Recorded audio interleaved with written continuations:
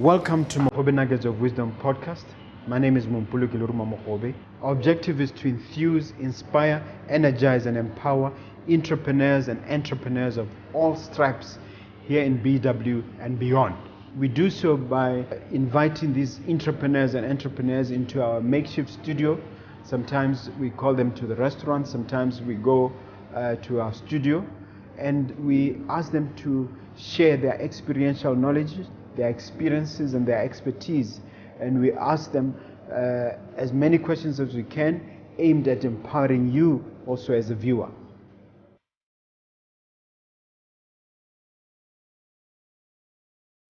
Dumela Betsu Mogobe here. Welcome to another episode of Mogobe Nuggets of Wisdom podcast. As always, we want to energize you, we want to empower you, we want to make a difference in your life. And I have just a guest for that, Larona Sengwaketse, who is going to talk to you about personal development and wellness for women. Yes. Welcome to the studio. Thank you so much for having me. Okay. Just to let people know that this is not the first time that I interviewed you. Yeah. The previous one was unfortunately wiped out, and I assure you that this one is safe. Because we have another outfit. I have new assistants to make sure that this time around. And these things always work out for the best. Yeah, practice makes perfect. Yeah. Larona, tell the viewer your background in terms of where you come from professionally and otherwise. Larona Sengwaketse is a degree holder from the University of Botswana. I have a bachelor's majoring in economics and psychology. Mm-hmm. So my career did not start off with me working in any of the two fields. Yes. I was unemployed after I finished my Bachelor of Arts for about a year. Then I ended up trying out different fields. I'm currently an IT specialist. I'm a Sage consultant. But I also now have started my own company. So basically it just progressed until it got to a point where I went back to my first love, which is psychology. Mm-hmm. Yes. Now, we're going to talk to us about personal development and wellness for women. Yeah. What in your career puts you in a position to talk about these two areas? I think the main inspiration was my own personal experiences. And I believe life is beautiful and different when you look at it from a different lens, especially having studied psychology.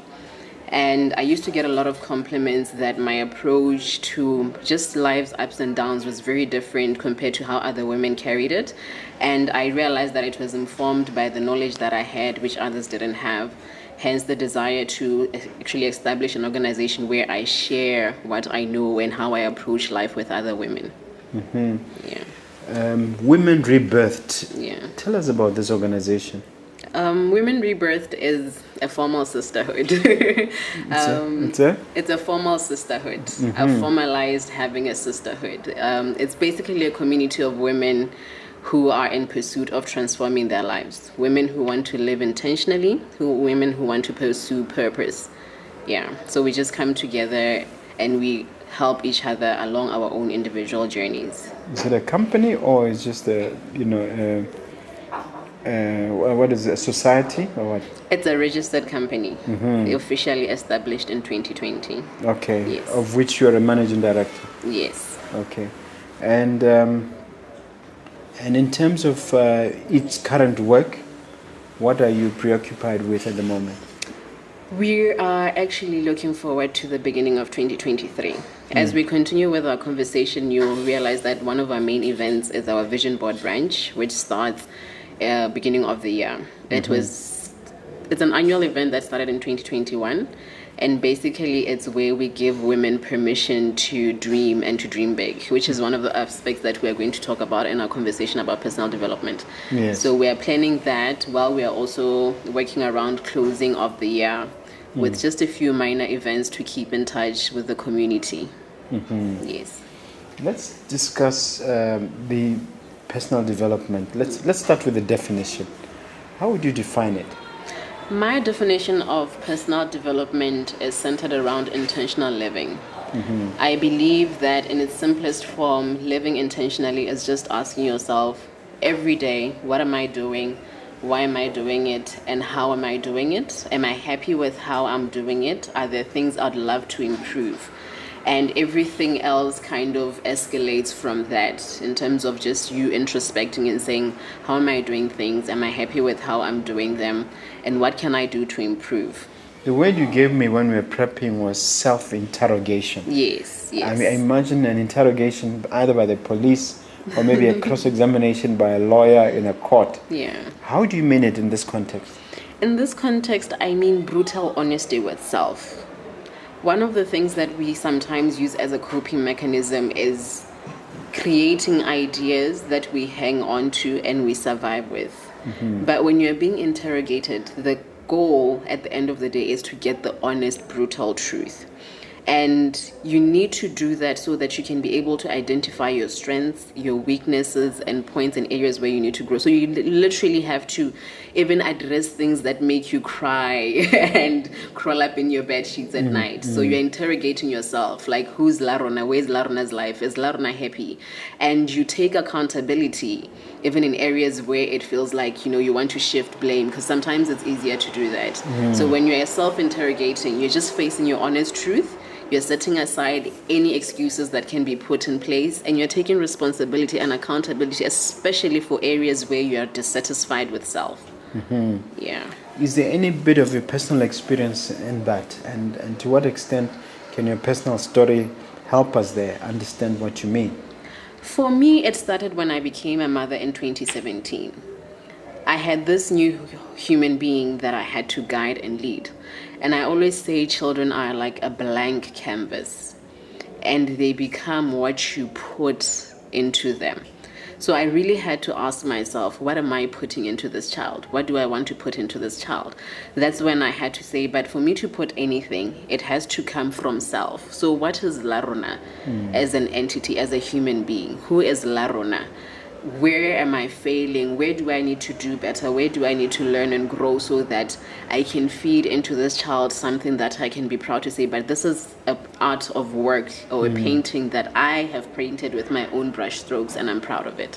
Okay. Yeah. So before you had this child, you were not pursuing personal development as a career, as part of your work? Not necessarily. I grew up with the mindset that I must go to school, get a good education, get a good job, get a family, get the house, get the car, and that's done. And I don't think it was very personal in the sense that I had not identified my own purpose. So I was just working to hit this goalposts where I knew I was supposed to be. You know, where you say at 25 I'm supposed to be married, at this age I'm supposed to be this and that. So it wasn't really that personal for me because I had not identified my purpose. And that's what led to me feeling like there's a bit of something that is lacking, because I was basically surviving, waking every day to face what the world gives me instead of deciding every day what I want to give to the world. Yeah. And did you go through a formal process in terms of either a course or a workshop to effect the change for yourself? I invested quite a number of things. The first, sometimes when you think you've got a bit more information, you try to self-medicate first. So I did a bit of self-help. And then I also went for therapy. And during this process, I identified parts of myself that needed me to invest in. So I started investing in those areas. You went to therapy without necessarily being unwell? Yes, yes. I was like, let me nip it in the bud. Let me get medication before I get sick, which isn't what we're used to in terms of mental health and wellness. We think therapy is for people who are just like on the verge of extinction or breaking down. And what's your advice to the viewer in that regard? Should they go around having therapists even though everything is perfect? Yes, absolutely. Therapy comes in different forms.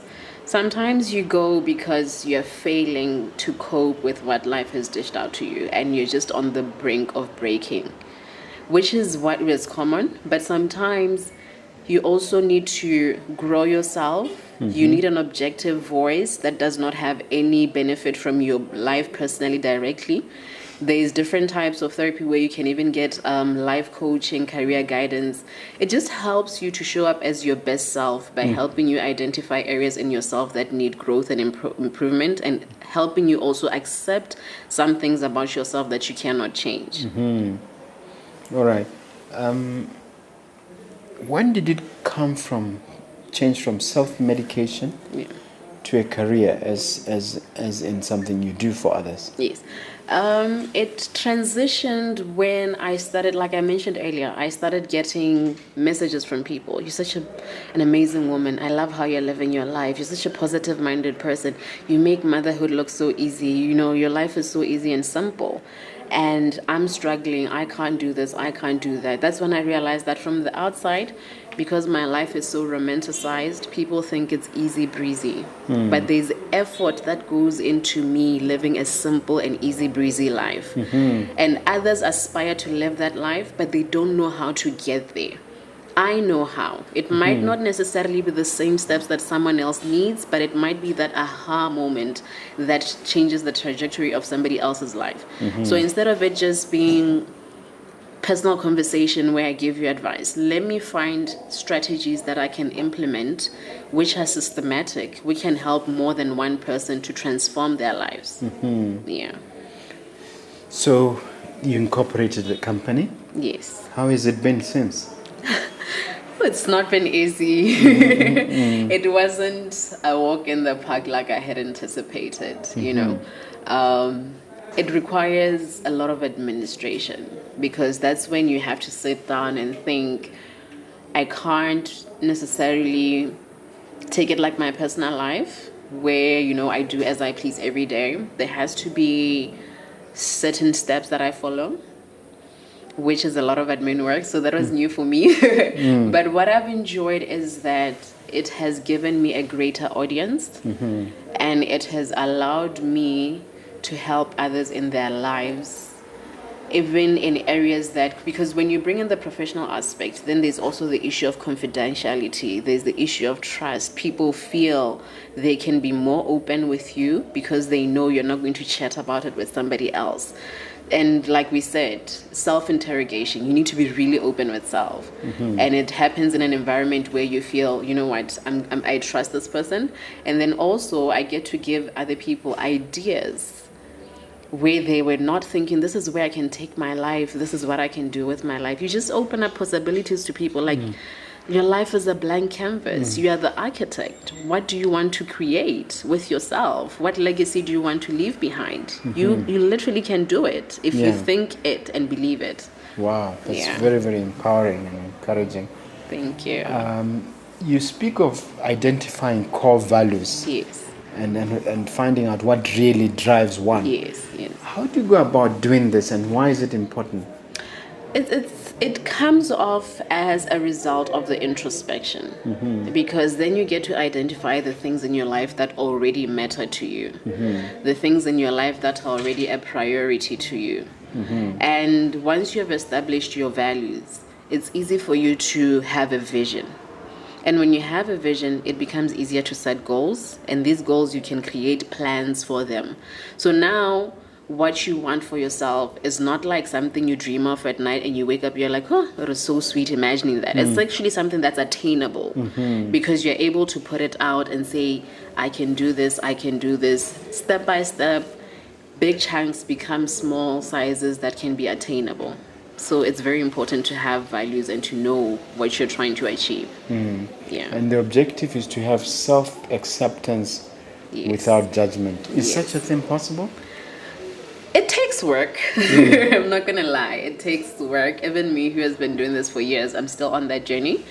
It takes work because sometimes things about ourselves that we don't like, it's not even that they're that bad because life has yin and yang, good and bad, positives and negatives, push and pull.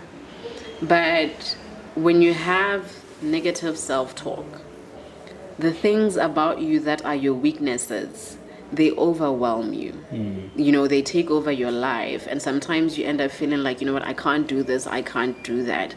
But when you learn to accept yourself where you are, because sometimes, like I said earlier, we set objectives for ourselves, right? So sometimes as a woman, you'll get to 25, maybe that was your goal to be married at 25, your life circumstances don't reflect where you wanted to be, or you wanted to be like a corporate executive, you're not there. When you accept yourself, you're saying, this is my situation, I've interrogated myself. This is where I am. These are my weaknesses, my strengths, and it's okay. Accepting gives you room to be open-minded to the idea of growth and progress. But when you don't accept yourself and you beat yourself up, you know, there are people that we meet today in society and they say, now I was born to be poo.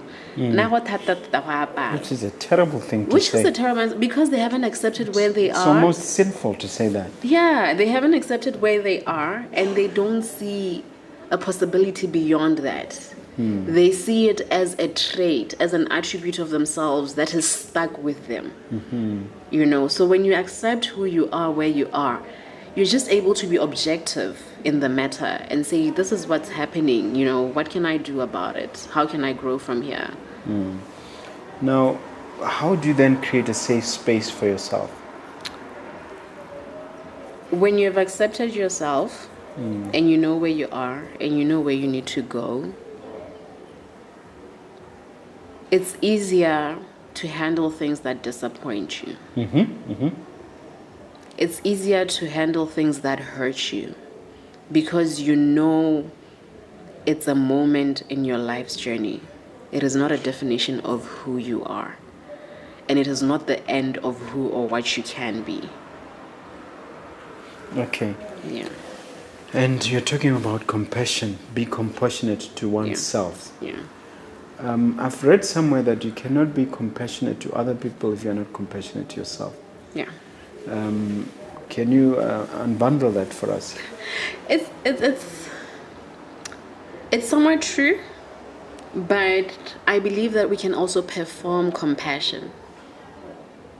Because we desire acceptance by society, we perform compassion where we know it's required.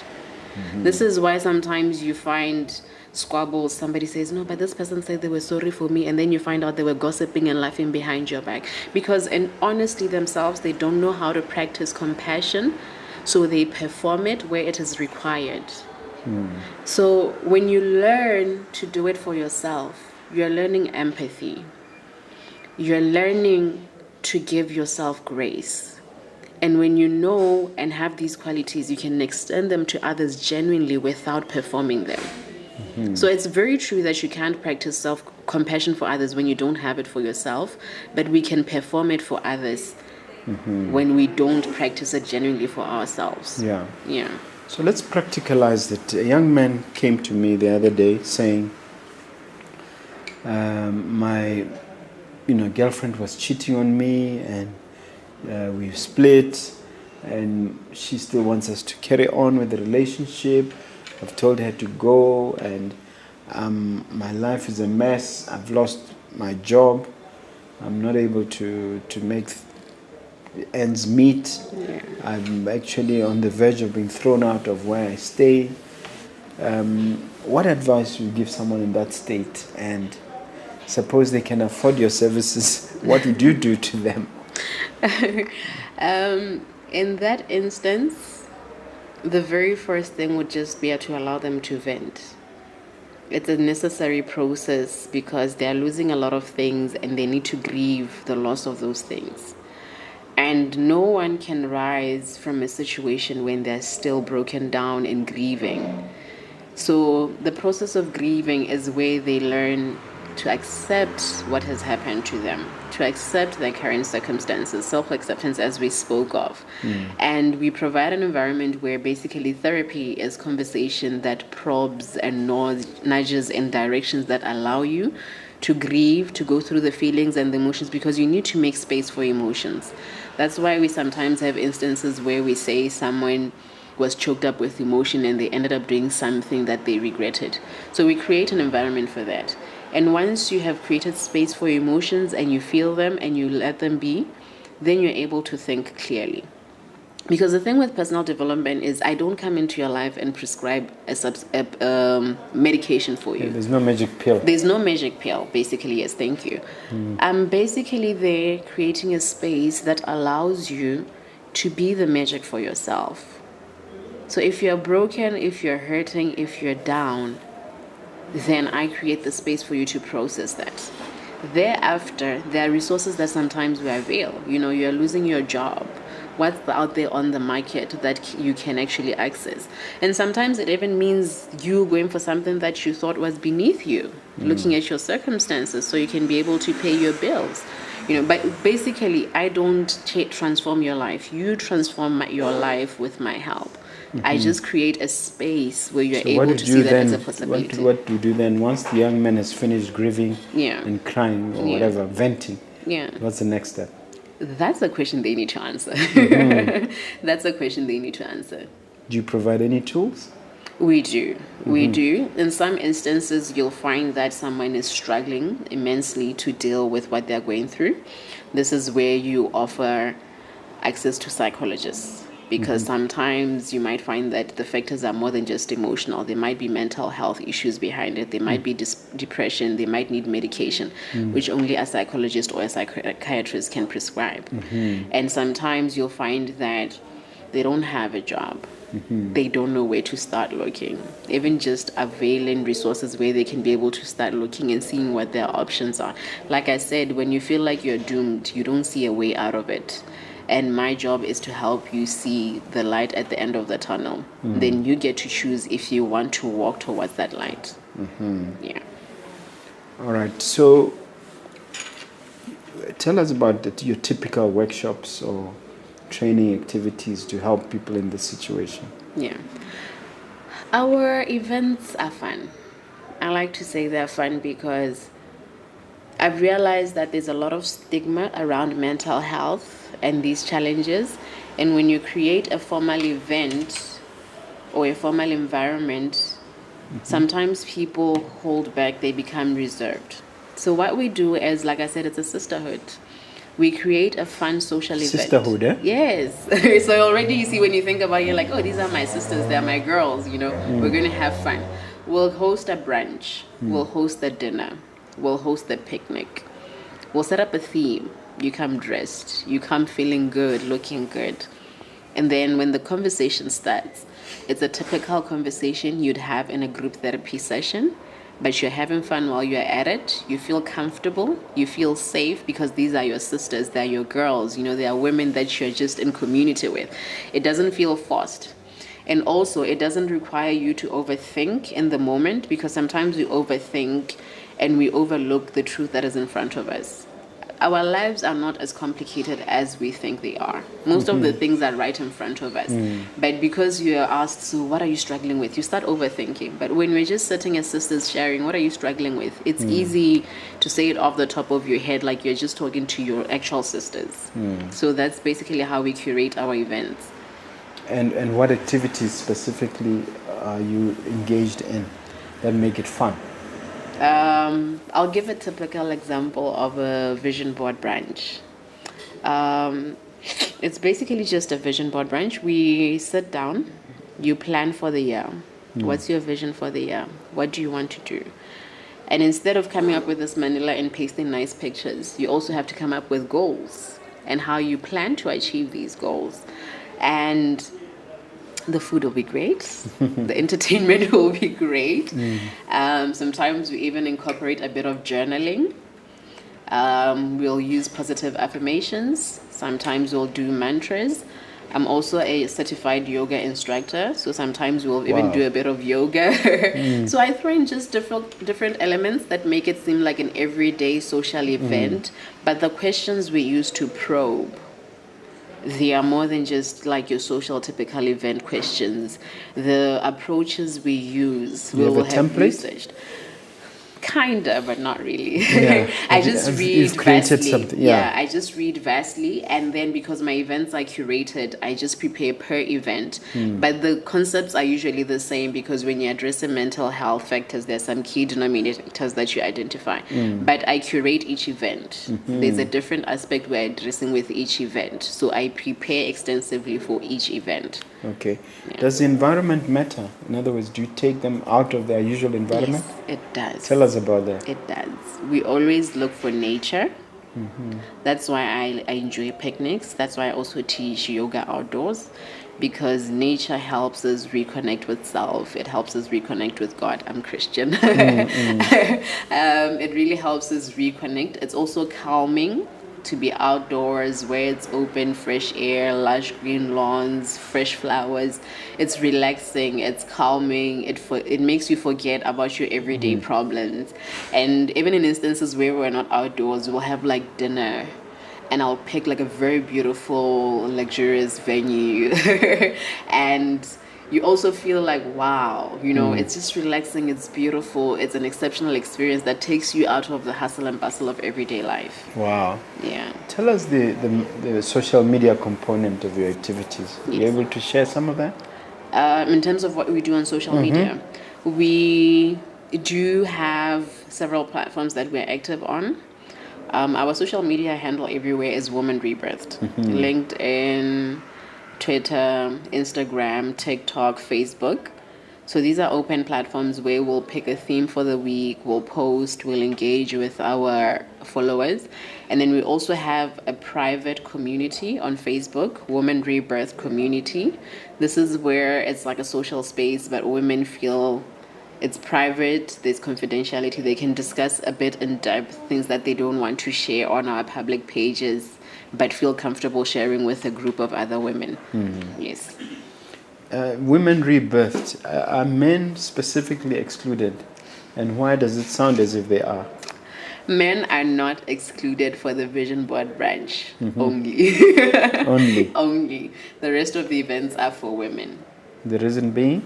I believe that looking at how my work started and the kind of work I'm into, I'm better able to speak to women and their pain points. I generally don't know much about being a man. In terms of the personal psychological stuff that a man feels, I feel I speak better more to women and I relate more with women in that regard. So I prefer to do women events, but they're not altogether excluded. Because at the end of the day, most, if not, like a lot of people, if not most people, are raised and born of women. And my belief Don't is say a lot. Every moment, everybody. No, a lot in terms of being raised. We do have single fathers in some instances. I see what you mean. Yes. So everyone is born of a woman, but most people also are raised by a women. There are some instances where they are single fathers, right? So I believe when you develop the woman and you change the lifestyle and the trajectory of the woman's future, you're also changing everyone that comes after her, including the men. Children often don't learn by being told what not to do. It contributes, but children learn mostly by doing what we do. And their first role models are their parents. So when you have a woman who's self-aware, who's living intentionally, who's living with purpose, that is what they're feeding into the child. And like I said, in society we say you are what you think, but you think what you put into your mind. I'm with you. I'm following. Yeah. So when you transform the woman, you're transforming our future leaders. Okay. You're transforming the men and women that come from her. Why do you make an exception with the vision board? Why do you include men there? It was not intentional the first time it happened. Yeah. I just had a client who was insistent on coming with their partner. And afterwards, the partner was like, I really, really appreciated it and it transformed me. And I feel like because the Vision Board branch, it doesn't really address women's pain points that women might feel are exclusive to their circle only. It can include men and they won't feel out of place. They won't feel, They also have visions, they have dreams, and the blueprint that we use in creating our vision board is applicable to both genders. Okay. Yeah. And what is the sort of feedback you've had from your clients? Can you give us the before and after stories without necessarily mentioning names? Yeah. A lot have appreciated it because, like I said, we equip you with the skills. We don't give you a magic pill. We don't do things for you. We teach you how to do them for yourself. So the feedback has been great in the sense that people are coming back and saying, now when I have challenges, though not exactly the same like what you helped me through, I have the tools, I have the skills and the know-how to address them. Also, I'm able to regulate my emotions because I understand that this is a moment in my life's journey, as I've been taught. It's not my whole entire existence. I'm not defined by this one moment or this one setback. So when such things happen, they know how to address them, even though they're not exactly the same with what we did. Yeah, before and after. Yeah. Client X came with this problem. 1, 2, 3, 4, 5. Yes. When I was done with them, they managed, the situation was ABCD. Yes. This one is actually very controversial in terms of what happened. I had a client who was basically depressed at their job.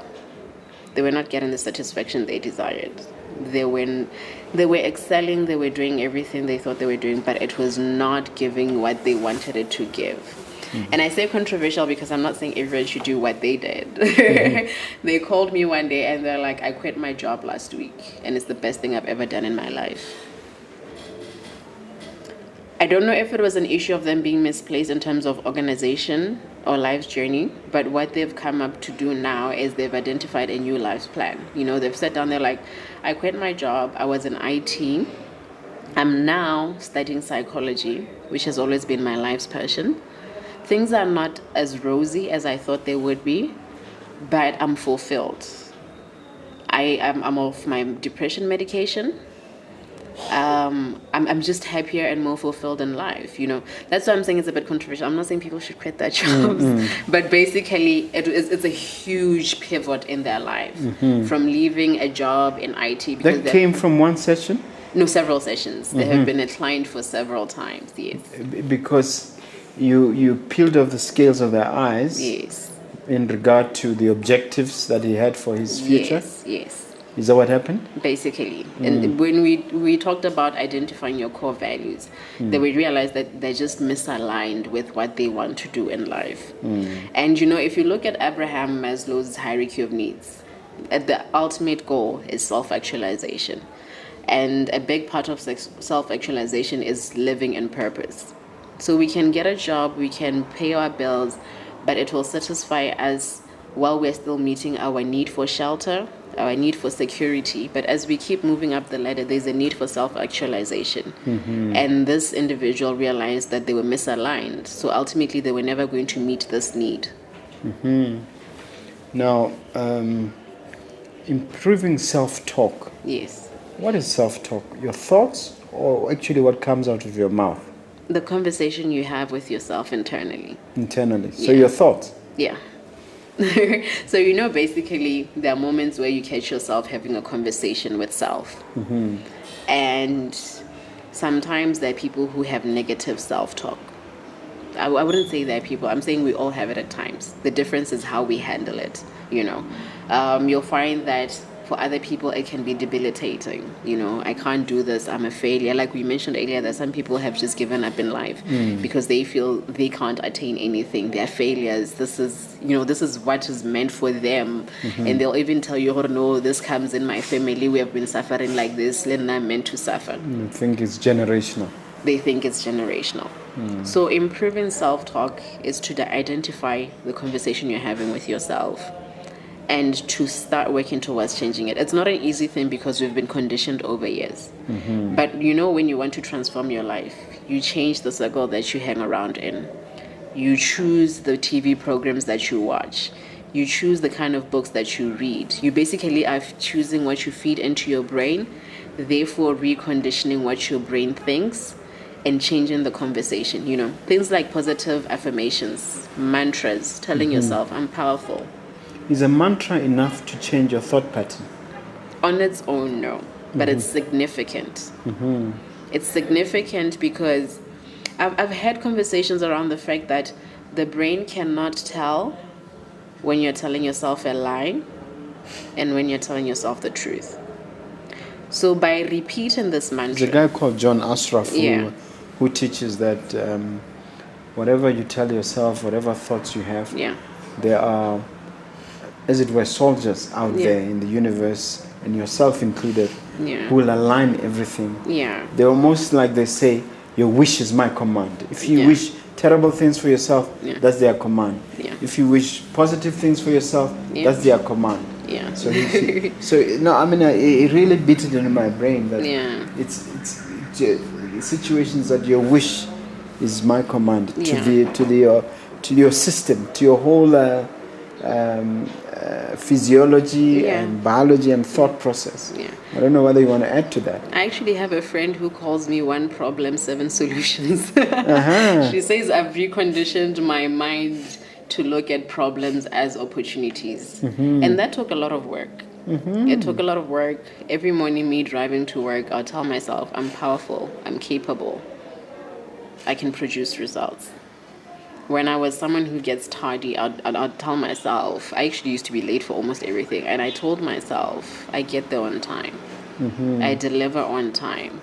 Okay. And almost every appointment that I have, I make sure that I'm 10, 15 minutes early because I reconditioned myself. It wasn't always a part of myself. Like you're saying, your wish is my command. I want to be on time. So I'm telling my body.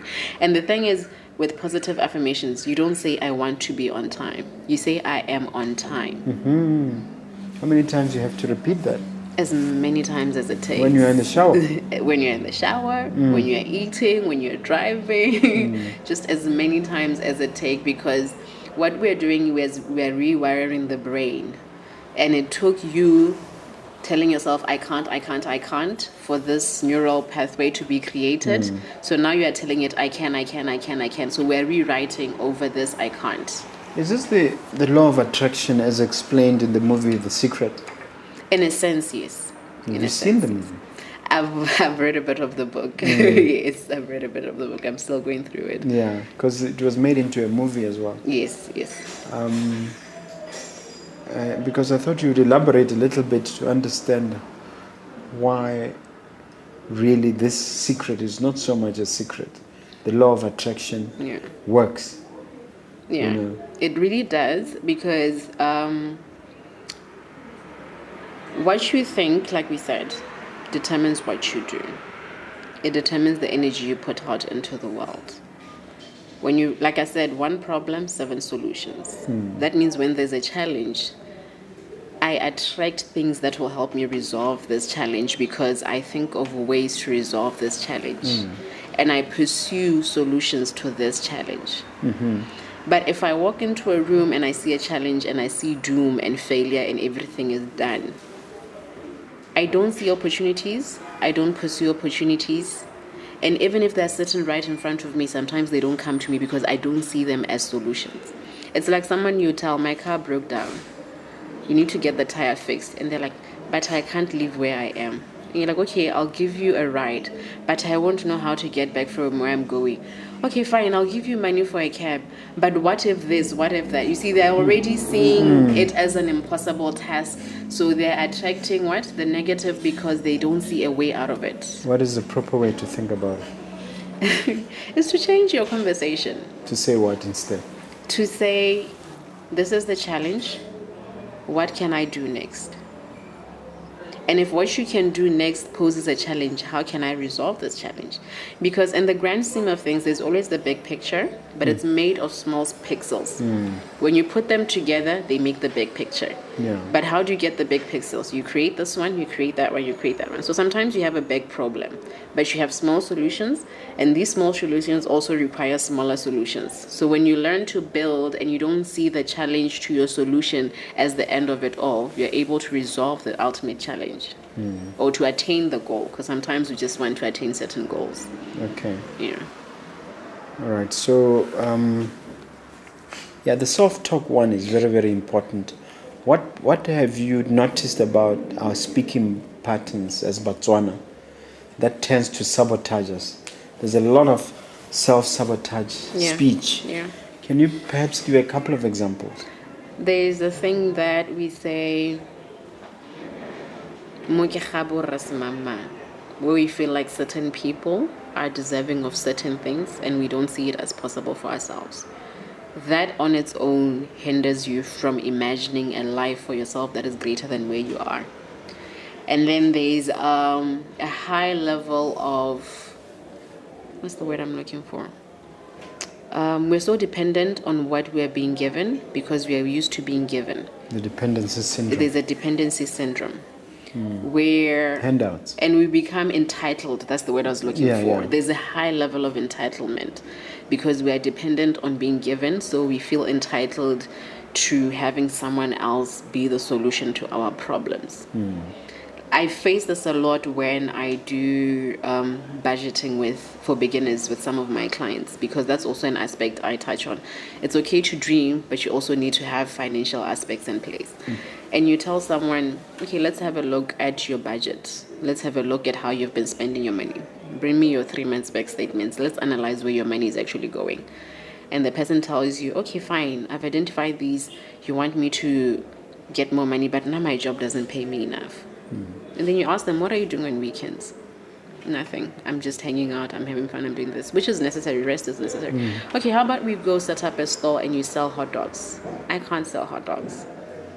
My job is supposed to pay me enough. I'm going to riot. I'm going to do this. I'm going to do that.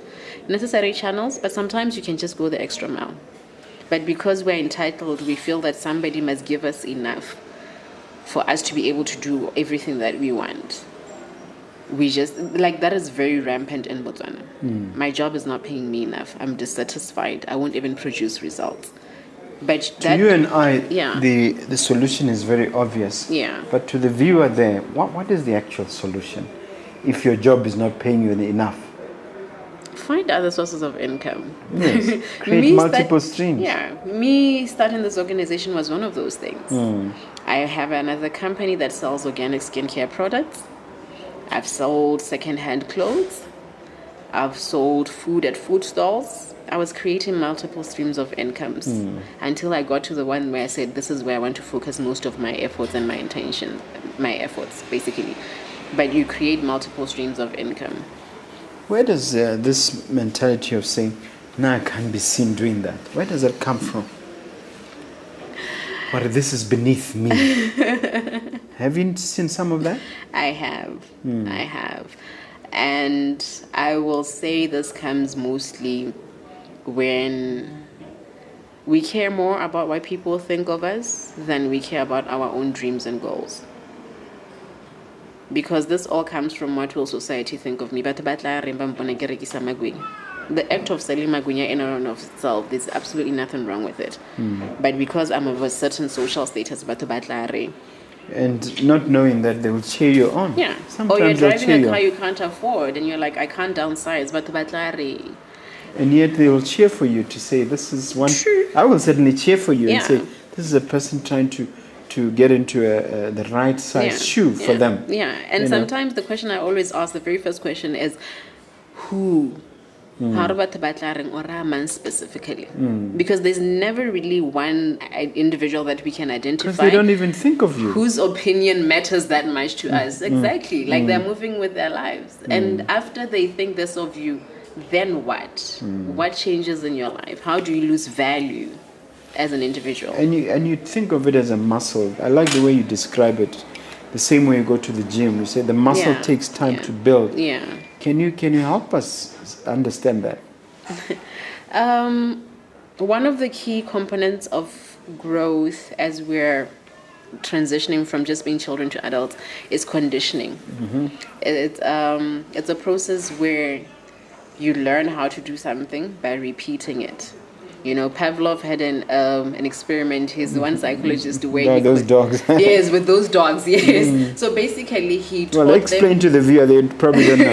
Okay, Pavlov's dogs. Pavlov's dogs. He came up with a theory of conditioning. Russian psychologist. He came up with a theory of conditioning by basically training his dogs that every time before he fed them, there would be a bell.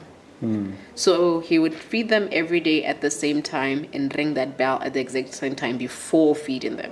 So it got to a point where as soon as he rang the bell, they started salivating because they knew food was coming. So conditioning means our brain, our bodies, our minds, our thoughts, we're learning this pattern. And it takes time and repetition. And reconditioning then means you want to change this, so you have to do something that replaces this and keep repeating it enough times to get to your point where it's automatic for you, your mind, your brain, and your thoughts. Yeah. Okay, so and then it goes beyond that. You have to maintain. Yes, you and definitely. how do you maintain it after that? The same way you keep going to the gym The same when you way. are fit. You don't stop eating healthy because you like sickness. You keep eating healthy until the day God decides it's time for you to rest. So in the same way. So with personal development, with growth, it's a lifelong journey. Because also you can't address everything in your life at the same exact time. You find bits and pieces. Like I said, small pixels make up a big picture. So you'll find that in your personal development journey, you're struggling with keeping time. You address that an issue. It becomes a habit. You don't need to put in as much effort into it as you do with other areas. So you identify what's the next thing. Because ultimately, it also means your life is changing, is progressing, is developing every time you identify something in yourself that you are growing and developing. Yeah. Okay, so you talked of positive mantras and positive self-affirmations. Yes. Let me ask you, for yourself personally, what is your favorite daily mantra and positive self-affirmation? I am powerful. You're powerful. I am capable. You're capable. Like I said, my vision at the beginning was get the degree, get the job, get the house, get the husband, get the car, get the kids, done. You got all of those. No, I don't. That's what I used to think was the big deal. Yeah. But as you're saying them, I think, she got that, that. I was thinking in my mind. No, I haven't ticked them all off my Just list. one left, maybe. Yeah. But I feel it was a narrow way of thinking because it was going to, it actually not it was going to, but some of the things I attained made me realize that I'm going to live for the rest of my life paycheck to paycheck if I continue thinking about these things. Things like investments were not things that I thought were possible for me. You know, having multiple streams of income, I was like, how? You know, but now there are things that I think I'm capable of doing. Because of the mantra? Because of the whole process that I said I went through. But the mantra now, I am powerful, I am capable. It reminds me on a daily that bold and audacious dream that I have, I can attain it. I am powerful enough. I am capable. I am confident enough. So when I walk into a room and an opportunity is presented, I don't think it's reserved for those who are already in that circle. I too can put my foot in there and try to get a piece of the pie. Yeah. Interesting. Who's your favorite guru? Who do you read the most? Who do you admire the most in this field of personal development, and why? There's a lady I love. I wouldn't say she's a personal development guru per se. She's a business coach, but she shares about her personal life and her personal development, and it's Myleik Teal. This woman, the biggest factor for me, because she's someone who comes on with a business background, and she runs a multi-million-dollar company, Curlbox. Called? Curlbox. What does it do? It's a subscription company where she collaborates with different producers of natural hair products, and she curates a box where you get a box created for like $20, $25, but in actual fact, the box is worth like $500, $700. It's a marketing strategy for companies, but it also makes products affordable for the average person. And she just started her business, you know, and throughout her journey, she has a podcast, the Myleik Teal podcast. She shares how she was able to transform her life. You know, she talks about finances, and she coaches on how to actually transform your finances. So she's really somebody that I admire because most of her pain points I could identify with. In terms of where she started, it was where I was when I started listening to her. And I have seen transformation in my own personal life. For instance, the quality of my life has changed without me changing my salary. Because I learned to identify where my money was going. Sometimes you'll be getting money and you're saying, I'm always broke, I'm living paycheck to paycheck, because you don't budget properly. You're not disciplined. Budget, you're not disciplined enough to follow the budget. So money just comes out of the account and you don't know where it's going. So when I started following that, I started learning that I need to be accountable for where my money is going. I can't want more money without knowing how to use properly the one that I already have. Because if I don't know how to use 10,000 pula, when you give me $1 million, I still won't know where that million went. Wow. So I learned to use the little that I have. And now that I can be able to account for my money, I've seen changes, I've seen progress, and I have the confidence. And even when it grows now. Yeah, if you give me $1 million today, trust me, I'll come back a multimillionaire. Yeah. So she's really somebody I admire in that aspect, because I didn't have adequate financial literacy when I started listening to her podcast and following her, and now I do. Okay. Yeah. Any others? I'm also a fan of Lisa Nichols. Her life story is very interesting. Same. You mentioned that during the last interview. Her life journey is very interesting, from somebody who one day couldn't afford her child's diapers to living the life that she is living now. It's quite a transformation. Winners never quit. Quitters never win. Yes. As she was swimming. Hey, that's her favorite story. Yes. Yeah. So those are my 2 top favorites. Yes. Okay. Ask for help. There's a tendency not to ask for help. Yes. Especially among men when they're driving. They don't want to ask for directions. And apparently we women can be annoying with our interjections when they're driving. Yeah. That's the other thing. So asking for help. There's a common belief that moswadi o tshwara thipa ka ha bogale. Like, women are strong, they can handle the sharp edges. I know it's said with reference to protecting children, but you realize... In Setswana we say she can be a midwife to a lion. Yes. Ubata ubutsetsi. Ubata ubutsetsi. And we also have it, I think it's a South African language, I'm not sure if it's Zulu or Xhosa, but it says umfazi imbokod. Like, you know, you hit a rock, you hit a woman, like she's strong. And some of which is true. It is, but it can also inhibit you when you need help, because you feel you need to be independent and self-sustaining even in moments of weakness where others can. Even the greatest of business people, I'm sure you can attest to this, you have had collaborations. Yes, every day there's a collaboration. Yeah, exactly. So even in everyday life, we need collaborations. And a collaboration comes from saying, I need help. And some people need to learn to give themselves permission to ask for help. Okay. Yeah. And what I want to understand is there is another extreme where you want to delegate everything, always looking for somebody to do something. Which I don't encourage. help us understand how you strike a balance between those 2 extremes. The one you mentioned is basically depending on others to do for you what you should be doing for yourself. And because we're talking personal development, we're talking about the self growing and learning. And asking for help in this instance is saying, I've done 1, 2, 3. I need help with number 4 so that I can be able to get 5, 6, 7.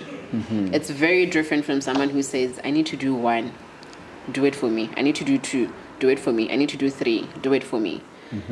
But asking for help when you're on a personal development journey is saying, I don't have the tools. I often give this example to women because, you know, as women, we love talking about relationships sometimes. And I say... You said sometimes, I'd say all the time. Okay, sorry. We also like money. True. So sometimes you want a healthy, functional relationship. And you're doing the best that you can to get into healthy, functional relationships. But then you identify that was never modeled for you in your life. You don't know how to do it. That is a moment to ask for help. Go for therapy. Find somebody else to help you identify patterns. Because everything in life is learned. Our toxic relationship cycles, some of them in most instances are learned. And to unlearn that, you need help. And sometimes you even want to start a business. Larona, I want to start a business doing 1, 2, 3, 4. I don't even know where to start. That is asking for help because you're trying to create multiple streams of income. It's very important. Instead of sitting and crying and saying, I really, really want to start a business, but I'm failing. Why are you failing? You're failing because you don't know how to. But that's something that can be learned. And that's something you can ask for help and guidance in doing. So it's very important to know how and when to ask for help. Okay. Let's talk about audacious dreaming. Yes. And dreaming loud. Yes. And I assume you mean here dreaming with your eyes wide open. Yes, absolutely. Can you unpack that a little bit? I feel with my own personal life, I had to give myself permission to dream. I had to give myself permission to think that my life can be more than what I thought it was at the time. It can be more than just getting the education, getting the job, and the house, and the car, and the kids, and the husband. Now I'm at a place where I believe I can create employment. I'm at a place where I believe I can help others transform their lives. That's because I've given myself to dream. Before, I thought I only had to be an employee. Well, you say give yourself permission. Who Yes. denied you the permission in the first place? My thought processes. Because they thought it not possible. Self-sabotage. Self-sabotage. They thought it not possible. So when you It's not you like someone told you. No, not necessarily. Sometimes it is in society because with the information you're feeding yourself says this is what you can do. It put limits and restrictions. But basically, I would say self so that I take accountability and responsibility and identify that I'm the one who can change this situation. So it was self. And now when I give myself permission, like I said, a romanticized life seems easy. Giving myself permission sounds like I wake up and I'm like, yeah, no, today we're going to dream big. Larona, I give you permission to dream big.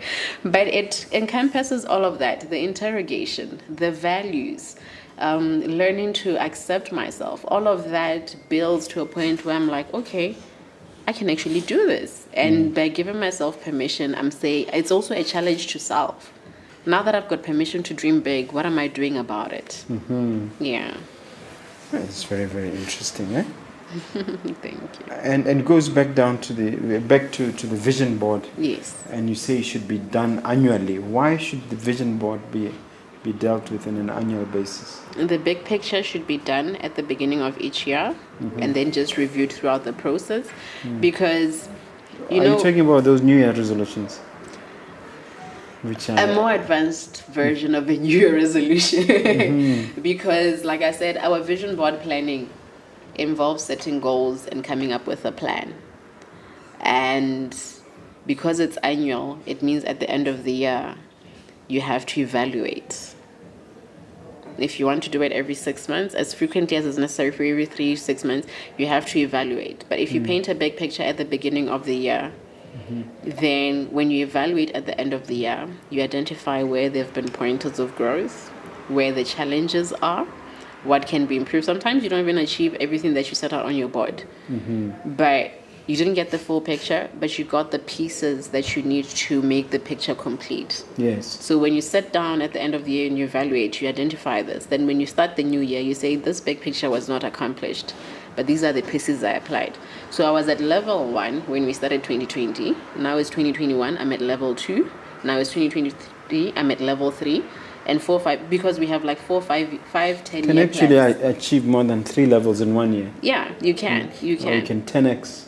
You can. There's no limit, although you don't want to put too much pressure on this. No, that's what we identify when we evaluate because things happen differently. I'm just highlighting the fact that you started at a certain point. Then after a certain amount of time, you're at this point. Yes. And sometimes you even achieve it in a much shorter span. Okay. Because your vision board includes different things, they're different. You achieve them at different levels. Okay, what do you Yes. have in mind for the Larona Sengwaketse brand 10, 15 years down the line? Crystal ball issue. I Question. want to be a global organization. My picture is big in the sense that I want to serve Botswana, but I don't want to serve Botswana only. I have a dream of serving in different countries across the continent. I'm a huge fan of several. I want to work globally as well because my understanding is also limited to my experiences. And I want a global picture because right now... It'll open your eyes to a lot of things. Yes. So that's where I want to be. 10 years from now, I want to have several establishments across Africa. Wow. Yeah. Okay, that sounds like a desirable objective. You have a chance to ask me a question. I've watched a couple of your podcasts and a lot of questions are a bit repetitive. But What I would love to know is, how would you summarize your own personal development journey as an individual, as Mogobe? In one word or in one sentence? In one or two sentences. It's been a wonderful roller coaster ride. There's never been a moment of boredom, whether things are going south or north, whether things are going haywire. So I'm so glad that I've been able to achieve that level of personal development where I believe more or less that I can deal with anything. I'm not inviting calamities or anything like that. But I believe, as the Bible says, that no temptation or no hardship will be brought to you that you're not strong enough or capable enough to deal with. But the part that people didn't pick up is that you need to work on the ammunition and the weaponry. And the weaponry is constant, ceaseless, continuous personal development. I still have people frowning, some of them my children, frowning at me when I ask them to read. And I'm coming in more and more to believe that there's no shortcut to reading. There's no shortcut to taking the time out to learn. So I would say that because I've been able to overcome my resistance to reading, initial resistance to reading, I can handle just about anything. So I, for that reason, believe that it's been a fantastic and fabulous journey, and it's ongoing. Oh, that's amazing. And I love your summary because it highlights pointers that we've been discussing. Absolutely. But I'm curious about one thing. Did you at any point have these self-sabotaging beliefs that Botswana have that we spoke about? Is there one that resonated with you as a young person? Consciously and unconsciously. This thing, it's for certain people. That's always been there. This thing, it's always been there. And sometimes you get that from people who love you dearly. And you have to maybe distance yourself from their thoughts. Sometimes you have to love them from a distance. And change the environment, basically. Okay, just leave a viewer there with a nice motivational wrap-up message. Hi, Motswana at home and Mogobe's international watchers. You are the architect of your life. I know this is a statement that is often said, but it's a powerful statement because you get to envision what your life looks like. You get to learn and acquire the tools you need in order to build this life. And you get to determine how you live your life now and the kind of legacy you leave behind.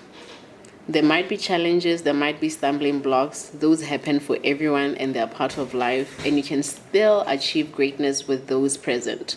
So think of your life as a project that you embark on and decide how you want to design it as the architect. Thank you. Please share all your contact details, social media, everywhere. I'm available on my mobile, 7791-3230. We're on social media as Woman Rebirthed. That is Instagram, TikTok, Facebook, LinkedIn, Twitter. We have a website, womanrebirthed.com. And email address womanrebirthed. Oh, now I'm telling you. And we also have email womanrebirthed@gmail.com. Okay. Yes. And the best way to reach you or your office is through? The mobile, 7791-3230. It's a WhatsApp as well? Yes, it's available on WhatsApp as well. Thank you very much indeed. Thank you for having me. The second round was amazing. Brilliant, yeah. Thank you. Absolutely. Thank you. Such a pleasure. Yeah.